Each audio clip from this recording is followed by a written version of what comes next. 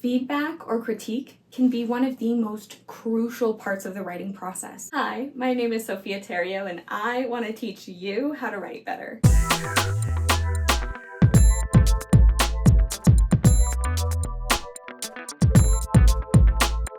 I could do a whole separate video about the different stages of the editing process, when to seek professional help, and what that professional help might look like. But for now, we're going to focus on the beta reading or initial critiques that we receive for our books. It can be scary when you're navigating for the first time, sending your precious little novel to someone who either you don't know very well or isn't a professional, just hoping that they can give you feedback that's actually helpful. So in this video, we'll talk about the 3 ways that I receive feedback when I have a novel that I'm working on, who I invite into those circles, and how to receive and ask feedback in a professional, courteous manner that makes your writing buddies want to come back for more.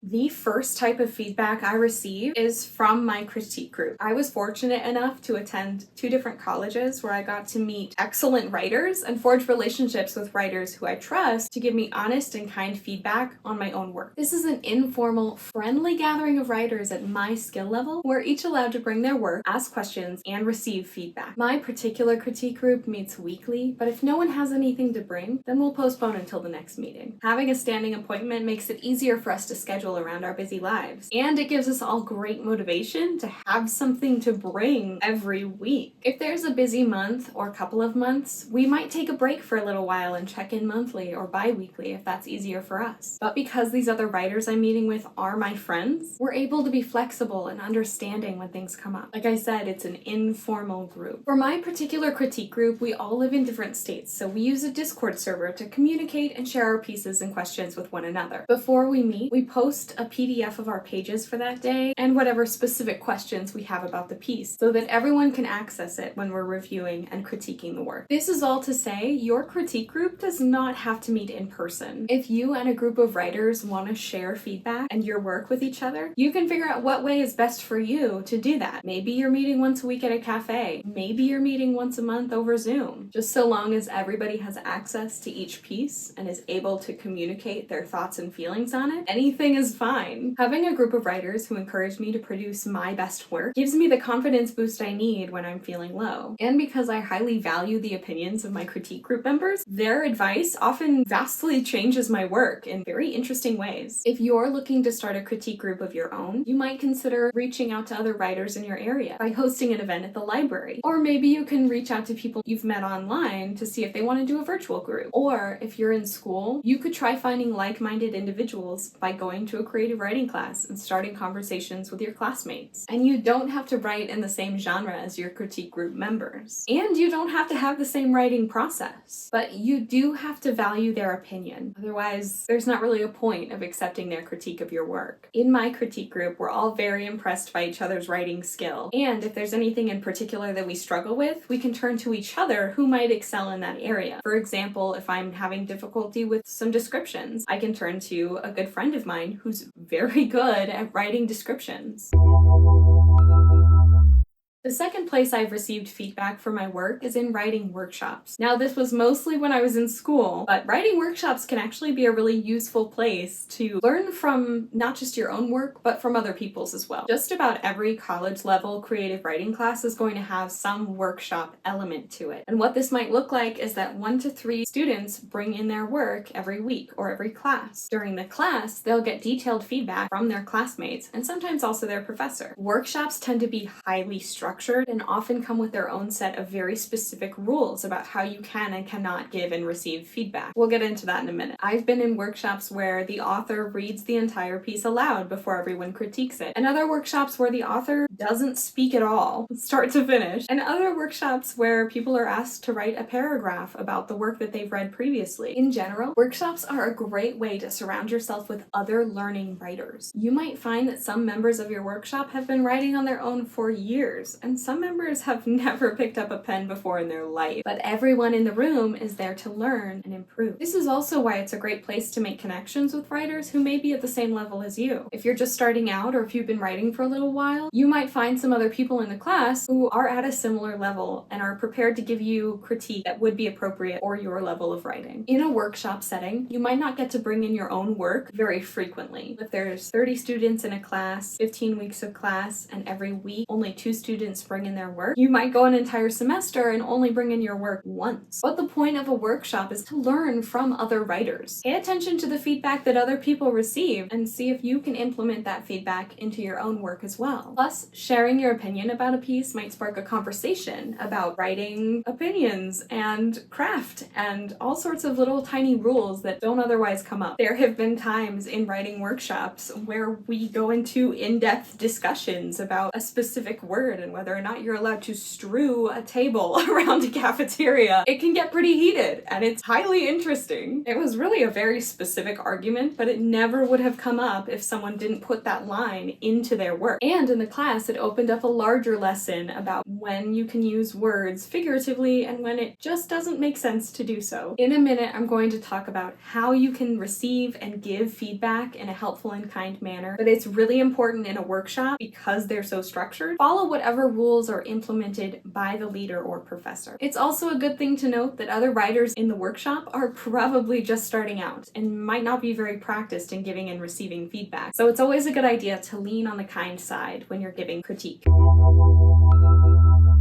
The third way that I receive critique for my book projects is readers' theater. This is my favorite part of the writing process. It's readers' theater. This is the first feedback that I'll get that doesn't come from fellow writers. And I try not to schedule our first readers' theater session until the entire first full draft is completed in the novel. Readers' theater is a gathering of my close friends, many of whom are actors, who come to my house to read my book out loud to me. This is pretty terrifying, but so worth it. How it works is I assign my friends different characters to read in the book, and they read that character's dialogue. One of my friends will read the narration, and oftentimes we rotate who reads the narration because it's the largest part. This is also a very casual event. Oftentimes my friends treat it like it's a party, and I do too. There's lots of laughing, joke telling, stumbling over words, and I'm taking note of all of that. After all, I get a first-hand look on how my readers are interpreting my story. This can give me great insight into a specific character, a complicated plot point, a difficult to pronounce name, and lots of other aspects of the work that I wouldn't otherwise necessarily get. I also like to make a point to provide dinner for my friends who are coming over to read my book aloud to me because it's very awesome that they come and do that, and I appreciate them, and that's something I can do in return. It can take us months to get through a whole book, and this is in part because of scheduling conflicts, but usually I aim for a couple hours every other week or so. We usually get through 7,000 to 10,000 words, or about 5 or 6 chapters. My friends are amazing, and they come to my readers' theater, and they often give me very detailed feedback about the plot point, a certain chapter, especially the ending of a book. And we have gone into hour-long discussions about whether or not a fight scene should happen on the page or off screen. So when I sit down to write my second full draft, I have so much detailed feedback to work with. I can keep lines and scenes that my friends really liked or that the humor came across really well, and then I can change lines and scenes that were confusing, didn't make sense, didn't add to the story, or got in the way. Now, I mentioned this at the beginning, but a lot of my friends are actors, but a lot of my friends that come to readers' theater are not actors, and they still bring a lot to the event. For example, one of my good friends is an avid romance reader, and romance is an area in which I struggle, and so it's great to have someone there who knows romance very well and can tell me if the slow burn is not burning enough. I also have a friend who's the dungeon master in our D&D campaign. He has a great understanding of storytelling, and he reads a lot of fantasy, which is my preferred genre to write in. I also have a friend who's not an actor, who's very knowledgeable about weapons and fighting, and oftentimes he gives great feedback on my fight scenes or action scenes. And some of my actor friends are also brilliant about world building and character design. So even if you don't have friends that are necessarily professional readers or professional actors, you can still gain a lot from having other people read your piece aloud to you. So now that we've talked about the different types of feedback you can receive and who you might want to include in those critique scenarios, let's get into the nitty-gritty of the feedback. How to give it, how to receive it, what to do with it. Let's start with giving feedback. If you're in a critique group or a workshop, most of what you're going to be doing is giving feedback to your workshop group members or your critique group members. When you're giving feedback to writers, especially those who you haven't already established a relationship with, it's very important to be kind. I can't tell you the number of times people leave their writing workshop and go cry in the bathroom. One way to add a little kindness into your critique is by using a compliment sandwich. You start with something nice or something you liked about the piece, then you give your constructive criticism, and then you say another thing that you liked about the piece. Too often in critiques, we focus on what's wrong or not working in the piece and don't talk enough about what is working or going well. This can leave the author feeling like they're not very good, or their piece needs a lot of work, or they might as well throw it in the trash and go be a lawyer instead. When you make sure to tell people what is working and what's helpful in the piece, then they know what to keep when they're moving forward with their next draft. Another thing you can do to include more kindness into your critique is use language that is work-focused and not author-focused. What that means is basically you're going to talk about the words on the page and not the person who put them there. If someone's character is one-dimensional, you might say that the reader is missing information that makes the character likable or believable. You wouldn't say that the author is terrible at writing and doesn't understand how humans work. That's not helpful, and it's just mean. As I mentioned earlier, in different settings, there might be different rules established on how people give and receive feedback. So whatever you do, make sure you're following those rules. If, for example, compliment sandwich is a mandatory requirement of your workshop, you're gonna want to compliment sandwich everything. That's how it works. That's why we're here. That's what everybody else in the workshop has agreed to. So now let's talk about receiving feedback. How can you receive feedback so that you're not getting in the way of the critique, and also so that it's not hurting your feelings as much? One rule that I love to implement into critiques is that the author is not allowed to say anything while the critique is going on. Anything. This is incredibly scary because you're not going to be able to defend yourself or the work if someone is criticizing it too much. However, that's also the point. If you were to publish your book or story, you wouldn't be able to sit next to every single one of your readers and explain the character's backstory or why that plot hole exists or all of this information that didn't make it into the book. Your story or book has to be able to stand on its own and be understood as is written on the page. So when I'm in critique and I'm accepting feedback from my work, I sit patiently and take note of everything everyone says and wait until the very end to add any information or ask any follow-up questions. Even if someone asks me a direct question, I might choose not to answer it so that I'm not swaying anyone's opinion or changing anyone's mind when they're giving the feedback. This way, I'm getting people's most honest opinion about the work. And if there's a piece of confusion that everyone seems confused about, I might want to pay attention to what's happening in the writing to confuse people. If everyone in the room thinks that my character is a bad person, but they're not supposed to be a bad person, I might have to examine what I wrote in there that makes them a bad person and change it so that they're not being read that way. If you do want particular feedback about something, you can pose questions to your group before the critique begins.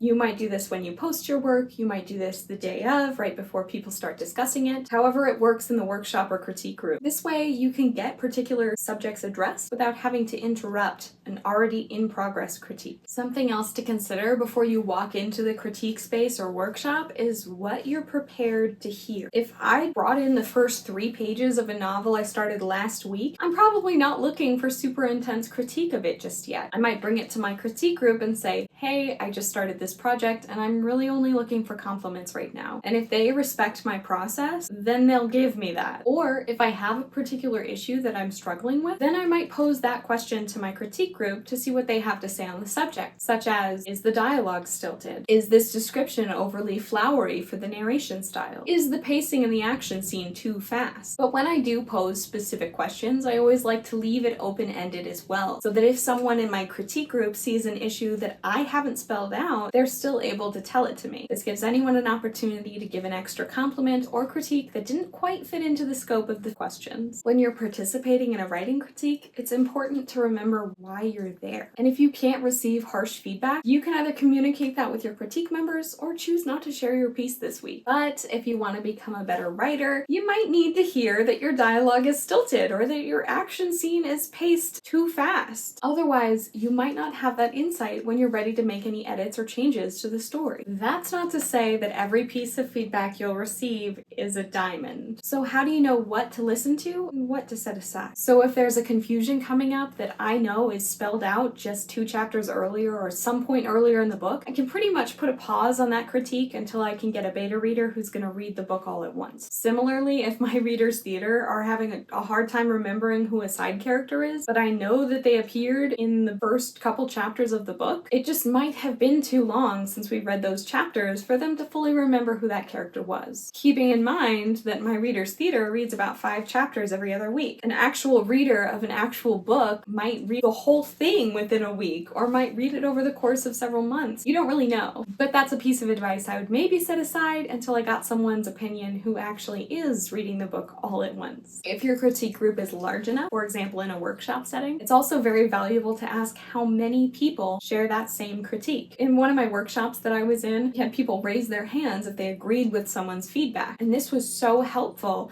because if the entire room is raising their hand, I'm definitely going to pay attention to that feedback. But if no one else agrees with the critique, I might not pay it as much heed as I do the feedback that everyone's agreeing with. Even within my small critique group, if both of my critique members are telling me the same thing or are in agreement that something needs to be fixed, I might give that a little bit more credence than if someone says, I think this, well, I disagree. It's also a good idea to consider your group's background. As I mentioned before, it's not imperative that everyone in your group reads in the genre that you write in, or writes in the same genre. One of my critique mates right now is writing a space opera. While I do read sci-fi, I'm not familiar with space operas, and so some of the feedback I give might be against genre requirements. I wouldn't know. Likewise, if you're writing material that references another source material, such as fan fiction or a retelling, I might not be as familiar with that source material as your intended audience, and I might give you feedback that something is confusing that your intended audience would inherently know about the subject. In those cases, it's good to consider who you're writing your book or story for. If you're writing a fan fiction that you're going to post on AO3, you can pretty much assume all of the readers that are finding your work are going to be fans and familiar with the work. But if you're writing a retelling of an obscure folktale that you're hoping to traditionally publish and market to a wider audience, you might want to assume that a lot of your readers are not going to be familiar with the obscure folktale that you're retelling. That's all I have for you today. If you have more questions on how to navigate feedback, finding a critique group, or other critique-related questions, please leave them in the comments below and I'd love to continue the conversation. Or leave a comment if you have another writing-related topic that you'd like me to cover. I live for it. If you want to learn more about how to improve your writing, go ahead and check out my channel and my playlist, Writing Better. Subscribe to find out when I post more. Don't forget to ring that bell and be notified when I post next. Thank you so much for watching, and as always, happy writing!